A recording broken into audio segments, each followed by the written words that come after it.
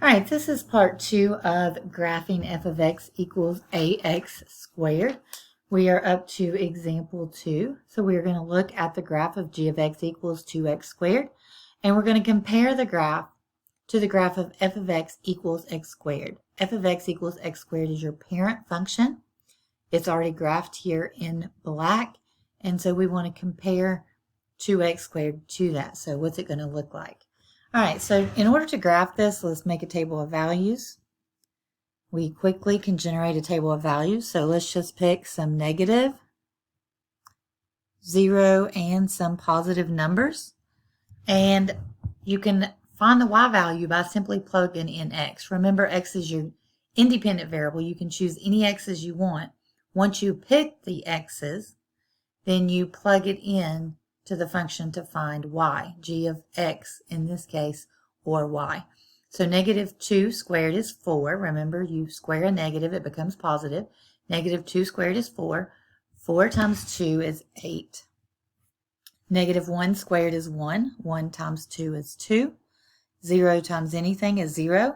1 squared is 1. 1 times 2 is 2. 2 squared is 4. 4 times 2 is 8. So quickly have a table of values, and then with that you can graph your points. So negative 2, 8, negative 2, 8. So this is 6, 7, 8 is going to be right above there. Negative 1, 2 is going to be somewhere around here. 0, 0 is going to be at the origin, so it's going to have the same vertex. 1, 2 is going to be close to that point there. And 2, 8 again is going to be off the graph a little bit. That's okay. All right, now let's see if I can get this to work. All right, we want to pull the vertex down to 0, 0.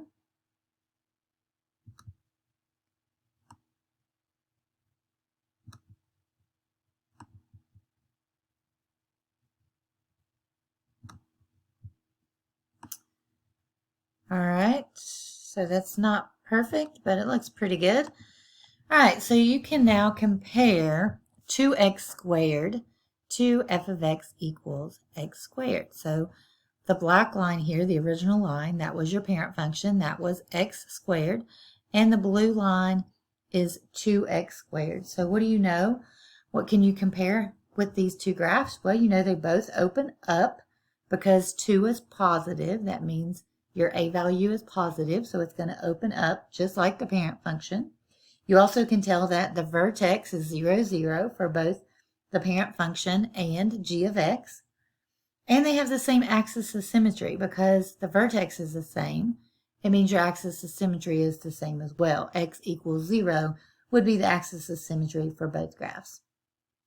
You also can tell that the graph of G is more narrow than the graph of F, and that's because G is a vertical stretch by a factor of 2. And so make sure you can identify key characteristics there. And we're going to move on to example 3. For example 3, we're going to be graphing y equals ax squared when a is less than 0. So remember, when a is less than 0, it's going to be a reflection across the x-axis. All right, so we have graph h of x equals negative 1/3 x squared. Compare the graph to the graph of f of x equals x squared. So again, here's our parent function. That's f of x equals x squared. That's our most basic function of this form, which is a quadratic equation. All right, so a study tip to make calculations easier, choose x values that are multiples of 3. All right, so remember, x is our independent variable. So let's go ahead and we're going to make a table of values. But since we're multiplying by 1/3 or negative 1/3, if we choose multiples of 3, that's going to make this easier. So instead of choosing like negative 2, negative 1, 0, let's choose multiples of 3, which would be negative 6, negative 3, 0, 3, and 6. That way, the calculations will be easier. The numbers will come out a little nicer, and it makes it a little easier to graph. All right, so negative 6 squared is 36. 1/3 of 36 is 12, and then we got to multiply that by negative, so it's going to be negative 12. Negative 3 squared is 9. 1/3 of 9 is 3. Multiply that by negative.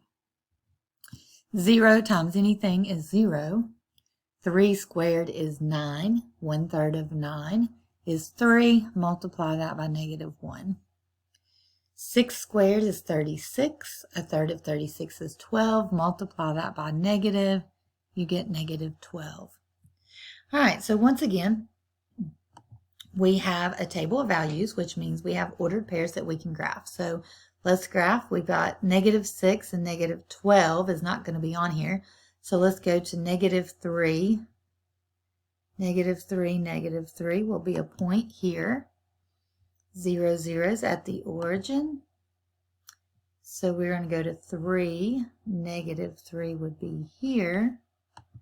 And then 6, negative 12 is also going to be off the graph. So we are going to graph this function here. And we're going to flip it upside down because it is negative. And we want it to go through that point. We want it to go through this point.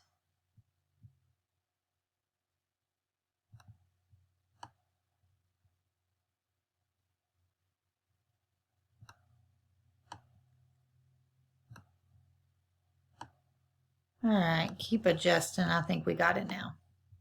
All right, so that would be the graph of negative 1/3 x squared. Now, what can you determine from the graph compared to the parent function? So you can see that it still has the same vertex, 0, 0, but now it's a reflection across the x-axis. The axis of symmetry, again, would be the same since they have the same vertex, even though one's positive and one's negative. But you can see that because h of x opens down, that's why it's a reflection across the x-axis. It opens down because of the negative in front of the 1/3. All right, it's also wider. So the graph of h is a vertical shrink by a factor of 1/3. And the reflection again comes from the negative. Anytime you have a negative, it's going to reflect across the x-axis. So those are all ways that you can compare these two graphs. All right, example 4, modeling real life. The diagram at the left shows the cross-section of a satellite dish where x and y are measured in meters. Find the width and the depth of the dish. All right, so we can look and we can see 3 points here on the graph. We can see this is the vertex, 0, 0. We can see the left point, negative 2, 1, is the furthest place to the left, and the furthest point to the right is 2, 1. All right, so if we want to find the measure in meters of the width and the depth of the dish, we can use the domain and the range.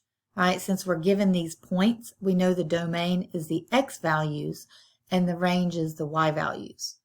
All right, so to find the width, we got to go from the furthest point to the furthest point from left to right. So we're going to go from,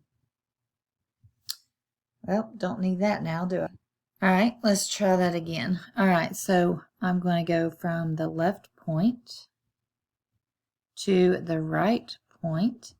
So my domain would go from negative 2 to 2. So my domain would be negative 2 to 2. That means it's 4 units, or in this case, it says it's in meters. So from negative 2 to 2, that's going to be 4 meters wide.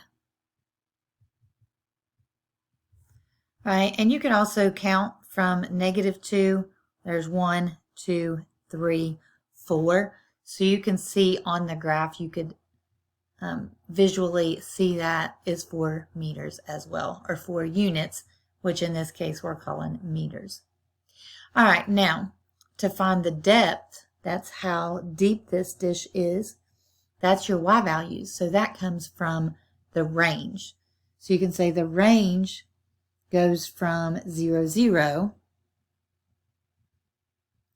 and then it goes up to, and these are the two highest points here. It looks like it curves upward, but it's just because you're looking at a three-dimensional object on a 2D graph. So it's telling us that these are the highest points on the graph. So both of these have 1 as your y value, so we just have to choose one. All right, so the range is going to go from 0 to 1. And actually those points are included. Not that it matters, but it will give us a good indication of what we're looking at. All right, so if it goes from 0 to 1, that means this satellite dish is 1 meter deep. Or the depth of the dish is 1 meter. All right, so the satellite dish is 4 meters wide and 1 meter deep. All right, we're going to end this video with a self-assessment so you can check to make sure that you have learned what you need to learn from this lesson. All right, take a few minutes, pause the video, go ahead and answer these questions, and then come back to get the response. All right, hopefully you took time to graph those by making a table of values and looking at that. What I want you to do is simply go to your calculator, type in y equals, put 1/3 x squared in your calculator, hit graph. You can also do second table, check your table of values to make sure you did those correctly, but you can self-check your graphs using your calculator. So I want you to get used to doing that. So go ahead and do that yourself. For D part, it says writing, when does the graph of a quadratic function open up? It opens up when a is positive. When does it open down? When a is negative. So when the leading coefficient of a quadratic is positive, this is positive, it opens up. This one would open up.